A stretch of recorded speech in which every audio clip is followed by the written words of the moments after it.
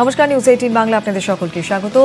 বেজে গিয়েছে ভোটের দামামা, শুরু হয়ে গিয়েছে সিংহাসন দখলের লড়াই, আর তাই নিয়ে এখন আমাদের বিশেষ সেগমেন্ট সিংহাসনের মহাসংগ্রাম। এ রাজ্যে এবারে ভোট প্রচারে আসতে চলেছেন রাহুল গান্ধী। 10ই এপ্রিল তার এ রাজ্যে আসার কথা, তার সভা রয়েছে। ব্যাপারে আরো বিস্তারিত তথ্য দেবেন বিশ্বজিৎ আমাদের প্রতিনিধি টেলিফোনে রয়েছেন। বিশ্বজিৎ, দ্বিতীয়বারের জন্য এবং রায়গঞ্জ কেন্দ্রে আসছেন। রায়গঞ্জ কেন্দ্রের প্রার্থী দীপা দাসমুন্সি তার হয়ে নির্বাচনী প্রচার করতে আসবেন। রায়গঞ্জ এবং করণদিঘি ব্লকের মাঝে যে ব্রিজ সংলগ্ন মাঠ রয়েছে, সেই মাঠেই তিনি বক্তব্য রাখবেন। বিকেল 4টের সময় রাহুল গান্ধীর আসার কথা 10 তারিখ। এবং এই যে সভা, এই সভা একদিক থেকে গুরুত্বপূর্ণ যে এর আগে তিনি যে মাঠে এসেছিলেন, সেটা যে লোকসভা নির্বাচনে এসেছিলেন, সেটা উত্তর মালদা কেন্দ্র। সেখানে মৌসুম ব্যানার্জির দল বদল করে গিয়েছেন, সেই জায়গায় তিনি প্রথম বক্তব্য রাখেন। এবারের যে নির্বাচনী জনসভা লোকসভায় বাংলায় তিনি প্রথম এসেছিলেন এবং দ্বিতীয়বারের জন্য যে কেন্দ্রটাতে আসছেন, সেখানে কিন্তু সিপিএম সঙ্গে জোট করার যে প্রক্রিয়া চলছিল, সেই প্রক্রিয়াতে যে বাধা হয় এবং সেই জোট কার্যত ভেস্তে যায়। এবং সেই কেন্দ্র যে রায়গঞ্জ, যেখানে দীপা দাসমুন্সি প্রতিদ্বন্দ্বিতা করছেন, এর আগের বার তিনি সিপিএম এর প্রার্থীর কাছে হেরে গিয়েছিলেন মাত্র অল্প কিছু ভোটে। সেই দিক থেকে একটি গুরুত্বপূর্ণ কেন্দ্র এই রায়গঞ্জ। এবং প্রথমবারে এসে তিনি কোনো যোগাযোগ বিচ্ছিন্ন হয়ে গিয়েছে। আগামী 10ই এপ্রিল রায়গঞ্জে ভোট প্রচারে আসছেন রাহুল গান্ধী। এবারে রায়গঞ্জের লোকসভা কেন্দ্রের প্রার্থী দীপা দাসমুন্সি তারই হয়ে প্রচারে দ্বিতীয়বারের জন্য এ রাজ্যে আসছেন। 10ই এপ্রিল রায়গঞ্জে বিকেল 4টের সময় সভা রয়েছে কংগ্রেস সভাপতির। এর পাশাপাশি বিভিন্ন জায়গাতে ইতিমধ্যে সভাতে দেখতে পাওয়া যাচ্ছে রাহুল গান্ধীকে। যেমন আজকে শ্রীনগরে, সেখানে রয়েছে রাহুল গান্ধীর সভা, পাশাপাশি আলমোড়াতেও তার জনসভা রয়েছে। ভোটের দামামা বেজে গিয়েছে, বিভিন্ন জায়গায় রাহুল গান্ধী তার প্রচার সভা সারছেন। আজকে রয়েছে শ্রীনগরে, জম্মু কাশ্মীরের শ্রীনগর এবং আলমোড়াতে, সেখানে রাহুল গান্ধীর সভা। এর পাশাপাশি প্রধানমন্ত্রী নরেন্দ্র মোদী, তিনিও বিভিন্ন জায়গায় সভা করছেন। আজকে মোট 4টি সভা রয়েছে নরেন্দ্র মোদীর। ওড়িশার সুন্দরগড়, বালাঙ্গীরে সভা। এর পাশাপাশি সভা রয়েছে মহারাষ্ট্রেও। মোট 4টি সভা করবেন আজকে প্রধানমন্ত্রী নরেন্দ্র মোদী। তার মধ্যে ওড়িশার 2টি জায়গায়, সুন্দরগড় এবং বালাঙ্গীর, মহারাষ্ট্রের নান্দেড়, এবং সভা রয়েছে ছত্তিশগড়ের কাঙ্কেরে। আজকে জোড়া সভা রয়েছে তৃণমূল নেত্রী মমতা বন্দ্যোপাধ্যায়েরও। আজকে উত্তরবঙ্গের আলিপুরদুয়ারের অর্ণব হাজরা আমাদের সঙ্গে এই মুহূর্তে টেলিফোনে রয়েছেন। অর্ণব, আমরা যেমনটা এর আগের সভায় দেখেছি, মুখ্যমন্ত্রী মমতা বন্দ্যোপাধ্যায় তিনি একেবারে কড়া ভাষায় তোপ দেখেছেন প্রধানমন্ত্রী নরেন্দ্র মোদীর বিরুদ্ধে। আবারও আজকে 2টি সভা রয়েছে আলিপুরদুয়ারে, বারুবিশা এবং কালচিনিতে। ঠিক কতটা কড়া মনোভাব তৃণমূল নেত্রীর সেখানে দেখা যেতে পারে, বা এর পাশাপাশি ঠিক কি বার্তা দিতে পারেন, এবং যারা ওখানকার বাসিন্দারা রয়েছেন তারাই বা কিভাবে দেখছেন, একটু বিস্তারিত জানতে চাইবো। উত্তরোত্তর সুর চড়াচ্ছেন মমতা বন্দ্যোপাধ্যায় এবং NRC issue, citizens amendment bill নিয়ে তার আক্রমণের লক্ষ্য যে বারবার বিজেপি, এবং সেটা কোনোভাবে বরদাস্ত নয়। গত কয়েকদিনের সভায় তিনি তার অবস্থান স্পষ্ট করে জানিয়েছেন। আজ কুমারগ্রামের বারুভিশা, যেখানে এই সভা হবে, সেখানকার যদি টোপোগ্রাফি আমরা দেখি, কুমারগ্রাম থেকে প্রায় বারুভিশা থেকে 8 কিলোমিটার দূরেই আসাম বর্ডার, অর্থাৎ আসামের সীমান্ত লাগোয়া এই বিধানসভা পশ্চিমবঙ্গের। যে পশ্চিমবঙ্গের কুমারগ্রামটা অত্যন্ত আকর্ষণীয় লড়াই এই কারণে, জিএসটি, পোস্ট জিএসটি সেশন যদি বলা হয়, জিএসটি চালু করার পর এখানে প্রচুর মানুষ কাজ হারিয়েছেন এবং এই বেকারত্বটা মূলত কাঠকে ঘিরে বা বিভিন্ন ছোটখাটো রিটেল ব্যবসাকে ঘিরে যে আয়টা হতো, সেই আয়টা প্রচুর কমে গেছে। এই আনএমপ্লয়মেন্ট নিয়ে আজ মুখ্যমন্ত্রী কি বার্তা দেন, এটা যেমন দেখার। পাশাপাশি যেহেতু আসাম বর্ডার হওয়ার কারণে এনআরসিও এখানে একটা বড় কারণ, ভোটে একটা বড় ইস্যু। এছাড়া কুমারগ্রামে অনেক শ্রমিক মানুষ রয়েছেন, চা বাগান শ্রমিক রয়েছেন, তাদের জন্য কি বার্তা দেন মুখ্যমন্ত্রী মমতা বন্দ্যোপাধ্যায়, সেটার জন্য মুখিয়ে রয়েছেন এই কুমারগ্রামের মানুষ। একেবারে অনেক ধন্যবাদ অর্ণব। আবারও পরবর্তীতে যোগাযোগ করছি। যেমনটা আমাদের প্রতিনিধি জানালেন, আমরা গতকালই দেখেছি, সেরকমই এনআরসিকে হাতিয়ার করে অসমের মাটিতে দাঁড়িয়ে বিজেপিকে কড়া আক্রমণ করেছেন মমতা বন্দ্যোপাধ্যায়। নাগরিকত্ব সংশোধনী বিল নিয়েও সুর চড়িয়েছেন তৃণমূল নেত্রী। অসমে 14টির মধ্যে 9টি আসনে প্রার্থী দিয়েছে তৃণমূল। বাংলার মাটিতে বিজেপির হুঙ্কার, ক্ষমতায় এলে এখানেও এনআরসি হবে। नरेंद्र मोदी की सरकार फिर से आने वाली है। बंगाल के अंदर हम एनआरसी लेकर आएंगे और एक एक घुसपैठियों को चुन चुन कर निकालने का काम ये भारतीय जनता पार्टी की सरकार करेगी। বিজেপি শাসিত অসমের মাটিতে দাঁড়িয়ে তৃণমূল নেত্রীরও হাতিয়ার সেই এনআরসি। ধুবড়ির সভায় বিজেপিকে তোপ মমতার। কোন রাজনৈতিক দল সমর্থন করেননি সেদিন, তাদের এয়ারপোর্ট থেকে বেরোতে দেওয়া হয়নি, তাদের উপর অত্যাচার হয়েছে, আমরা প্রতিবাদ করেছি, তাদের ফেরত পাঠিয়ে দিয়েছে, আমরা প্রতিবাদ করেছি, আমার বিরুদ্ধে এফআইআর করেছে।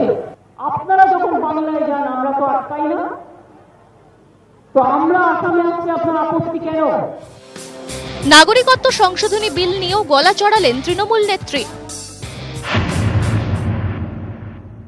সিটিজেনশিপ অ্যামেন্ডমেন্ট অ্যাক্ট, ওই বিলটা হচ্ছে আপনি আজকে নাগরিক আছেন, আপনি অলরেডি গণতন্ত্রে ভোট দিচ্ছেন, কিন্তু আপনাকে কি করবে? 6 বছরের জন্য আপনাকে বিদেশি হতে হবে। 6 বছর বাদে গভর্নমেন্ট আপনাকে নাগরিকত্ব দেবে। সেই 6 বছরে আপনি কি করবেন? বিরোধীরা বারবারই অভিযোগ তুলেছে ভোট ব্যাংক টানতে মেরুকরণের রাজনীতি করে বিজেপি। অসমের সভায় আরও একবার মেরুকরণের তীরে মোদীকে বিঁধলেন মমতা। বাঙালি হিন্দু আলাদা, বাঙালি মুসলমান আলাদা কেন করে রাখে বিজেপি? কারণ আপনারা দুজন যদি এক হয়ে যায় আপনাদের সংখ্যাটা 70% হয়ে যায়, 30% বিজেপি সংখ্যালঘু হয়ে যায়। ভাগাভাগি করতে দেবেন না। নাগরিক পঞ্জীর চূড়ান্ত খসড়ায় অসমের 40 লক্ষ মানুষের নাম বাদ পড়ার পরই উত্তাল হয়ে ওঠে রাজ্য তথা জাতীয় রাজনীতি। তৃণমূলের প্রতিনিধি দল পৌঁছলেও শিলচর বিমানবন্দর থেকে ফিরিয়ে দেওয়া হয় তাদের। ভোটের আগে অসমের মন জয় করতে সেই ইস্যুকেই হাতিয়ার করলেন মমতা বন্দ্যোপাধ্যায়। ধুবড়ি থেকে ক্যামেরায় অরবিন্দ প্রসাদের সঙ্গে অর্ণব হাজরার রিপোর্ট, নিউজ 18 বাংলা। এবারে যে খবরে চোখ রাখবো, আপনি জানি রাখি গত 26শে মার্চ বিজেপি প্রার্থী সায়ন্তন বসু তিনি একটি সভাতে একটি মন্তব্য করেছিলেন, আর সেই মন্তব্যের প্রেক্ষিতে তাকে শোকজ করা হয়। তৃণমূলের তরফ থেকে বিরুদ্ধে অভিযোগ জানানো হয়, তার পরিপ্রেক্ষিতে শোকজ করা হয়। সেদিনে সেই সভাতে সায়ন্তন বসু ঠিক কি বলেছিলেন প্রথমে আসুন একটু শুনে নি। নির্বাচনের দিন বুথ যদি দখল করতে আসেন, সেই শাহজাহান হোক আর আওরঙ্গজেব হোক, সিআরপিএফ কে বলে দেব গুলি যেন বুক লক্ষ্য করে যায়, গুলি যেন পা লক্ষ্য করে না যায়। প্রেক্ষিতে বিজেপি প্রার্থী সায়ন্তন বসুর জবাব জাতীয় নির্বাচন কমিশনের দফতরের পাঠালো সিইও দফতর। বসিরহাটের এই সভাতেই বক্তব্য করেছিলেন এবং তারই বিরোধিতা করে তৃণমূল কংগ্রেস এবং তাই নিয়ে কমিশনে অভিযোগ দায়ের করে তারা। তারই প্রেক্ষিতে জবাব দিয়েছিলেন সায়ন্তন বসু। সেই জবাবই এবারে নির্বাচন কমিশনে পাঠিয়েছেন রাজ্যের মুখ্য নির্বাচনের আধিকারিকের দফতর। আমাদের সঙ্গে টেলিফোনে রয়েছেন আমাদের প্রতিনিধি তুহিন দাসচন্দ্র। তুহিন, ইতিমধ্যেই রাজ্যের মুখ্য নির্বাচনী আধিকারিকের দফতর থেকে বিষয়টি নির্বাচন কমিশনে পাঠানো হয়েছে। এখনো পর্যন্ত কি আপডেট, কিভাবে দেখা হচ্ছে বিষয়টি?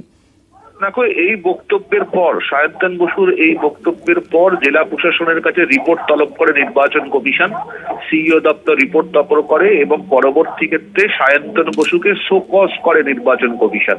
সেই শোকজের জবাব সায়ন্তন বসু নির্বাচন কমিশনে দিয়েছেন। সিইও দপ্তরে সেই শোকজের জবাব এসে পৌঁছেছে এবং সেটা খতিয়ে দেখার পর পূর্ণাঙ্গ রিপোর্ট তৈরি করেছে সিইও দপ্তর এবং সেই সিইও দপ্তর রিপোর্ট খতিয়ে দেখবার পর, রিপোর্ট তৈরি করার পর পুরো রিপোর্ট দিল্লির নির্বাচন সদনে বা ইসিআইতে পাঠিয়েছে সায়ন্তন বসু সম্পর্কে সম্পূর্ণ রিপোর্ট, এবং এই রিপোর্ট এখন খতিয়ে দেখছে নির্বাচন কমিশন। তারপর পরবর্তী পদক্ষেপ নেবে সায়ন্তন বসুর এই বক্তব্যের ব্যাপারে। অনেক ধন্যবাদ তুহিন।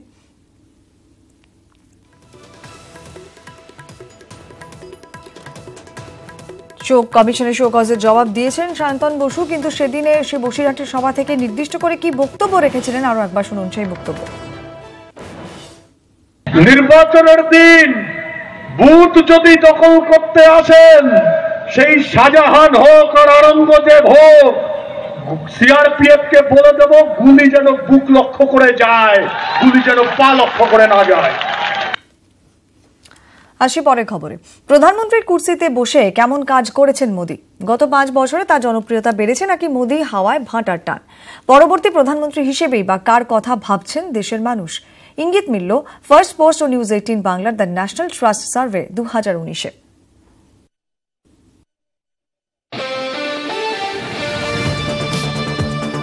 5 বছর আগে দেশবাসীকে সুদিনের স্বপ্ন দেখিয়ে দিল্লির মসনদে বসেছিলেন নরেন্দ্র মোদী।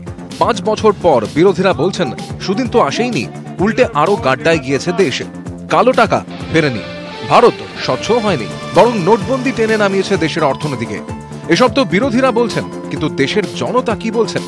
ভোটের মুখে প্রধানমন্ত্রী মোদীর কাজের মূল্যায়ন কিভাবে করছেন ভোটাররা? 21.7% মানুষ বলছেন খুব ভালো কাজ করেছেন প্রধানমন্ত্রী। ভালো কাজ করেছেন বলে মত 45.4%। মোটামুটি কাজ করেছেন বলে মত 19.3%। খারাপ বলছেন 9.6%। 3.9% কোনো প্রতিক্রিয়া দিতে চাননি। গত 5 বছরে মোদীর জনপ্রিয়তা বেড়েছে নাকি ভোটের মুখে মোদী ম্যাজিকে ভাঁটার টান?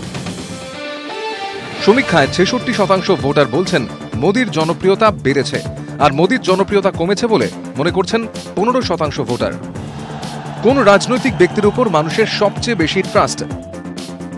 এবছর জানুয়ারির সমীক্ষা অনুযায়ী নরেন্দ্র মোদীর উপর ট্রাস্ট রেখেছেন 67.5% মানুষ, আর রাহুল গান্ধীর উপর ট্রাস্ট ছিল 49% মানুষের। এপ্রিলের সমীক্ষা অনুযায়ী মোদীর উপর ট্রাস্ট বেড়ে হয়েছে 71.1, রাহুলের উপর ট্রাস্ট কমে হয়েছে 43.2।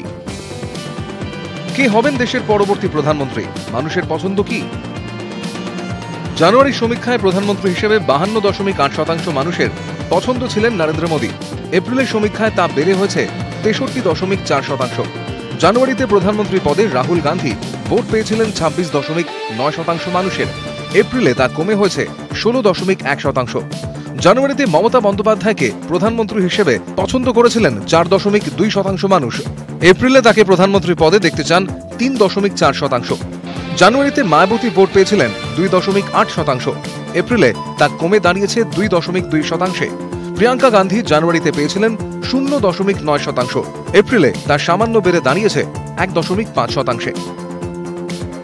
নোটবন্দি থেকে জিএসটি, স্বচ্ছ ভারত থেকে কালো টাকা উদ্ধার, বিভিন্ন গুরুত্বপূর্ণ ইস্যুতে প্রধানমন্ত্রী মোদীর উদ্যোগকে কিভাবে দেখছেন ভোটাররা? পাকিস্তানের মোকাবিলায় মোদীকে সফল হিসেবে মানছেন 75% মানুষ, অসফল বলছেন 15%। স্বচ্ছ ভারত অভিযানকে সফল বলছেন 79% মানুষ, 14% মতে তা অসফল। 69% মানুষ বলছেন কালো টাকা উদ্ধারে সফল মোদী, 23% বলছেন কালো টাকা কালোই থেকে গিয়েছে। জনধন যোজনাকে সফল বলছেন 77%, অসফল বলছেন 16%। প্রধানমন্ত্রীর উজ্জ্বলা যোজনা সফল বলে মত 80%। 14% মত প্রকল্পটি অসফল। নোটবন্দিকে সফল বলছেন 70% মানুষ, তুলনায় অসফল বলছেন 23%। জিএসটি কার্যকরের ক্ষেত্রে মোদী সফল বলে দাবি 69%। 22% মত তা একেবারেই সফল হয়নি। নিউজ 18 বাংলা। অন্যদিকে গত 1 বছরের রাজনীতিবিদ হিসেবে কতটা পরিণত হয়েছেন রাহুল গান্ধী, তার রাফাল ইস্যুকেই বা কিভাবে ভোটাররা দেখছেন? প্রিয়াঙ্কা গান্ধীর সক্রিয় রাজনীতিতে আসা সেটাই বা কতটা লাভবান করতে পারবে কংগ্রেসকে? উত্তরের জন্য দেখুন ফার্স্ট পোস্ট এবং নিউজ 18 বাংলার দ্য ন্যাশনাল ট্রাস্ট সার্ভে 2019-এর ফলাফল।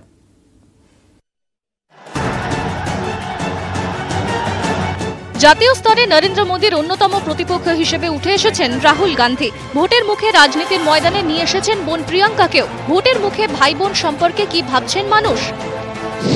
প্রশ্ন ছিল, দেশের সমস্যা সমাধানে গত 1 বছরে রাহুল গান্ধী কি যথেষ্ট বুদ্ধিমত্তার পরিচয় দিয়েছেন? সমীক্ষায় 41% রাহুলের পক্ষে মত দিয়েছেন, 34% বলেছেন বুদ্ধিমত্তার পরিচয় দিতে ব্যর্থ কংগ্রেস সভাপতি। জল্পনা ছিলই, অবশেষে ভোটের মুখে সক্রিয় রাজনীতিতে যোগ দিয়েছেন প্রিয়াঙ্কা গান্ধী। বোনকে মোদী যোগের গড় উত্তরপ্রদেশের দায়িত্ব দিয়ে পাঠিয়েছেন রাহুল। এই প্রিয়াঙ্কা ফ্যাক্টরে কতটা লাভবান হবে কংগ্রেস? 37% বলছেন প্রিয়াঙ্কা সক্রিয় রাজনীতিতে আসায় লাভ হবে কংগ্রেসের। 32% মতে প্রিয়াঙ্কা ফ্যাক্টরের ফায়দা তুলতে পারবে না কংগ্রেস শিবির। রাফাল যুদ্ধ বিমান চুক্তিতে দুর্নীতির অভিযোগে প্রথম সরব হয়েছিলেন রাহুল গান্ধী। ভোটের ময়দানে সেই রাফালই এখন অন্যতম ইস্যু।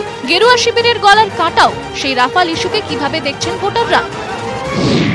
30% মানুষ বলছেন রাফাল নিয়ে প্রধানমন্ত্রীর বিরুদ্ধে কংগ্রেসের অভিযোগ সঠিক। বিপরীত মত 39%।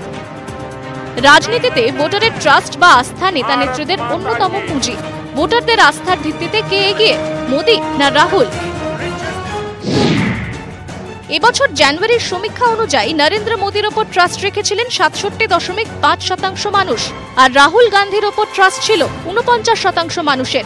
এপ্রিলের সমীক্ষা অনুযায়ী মোদীর ওপর ট্রাস্ট বেড়ে হয়েছে ৭১.১%, রাহুলের ওপর ট্রাস্ট কমে হয়েছে ৪৩.২%। নিউজ 18 বাংলা।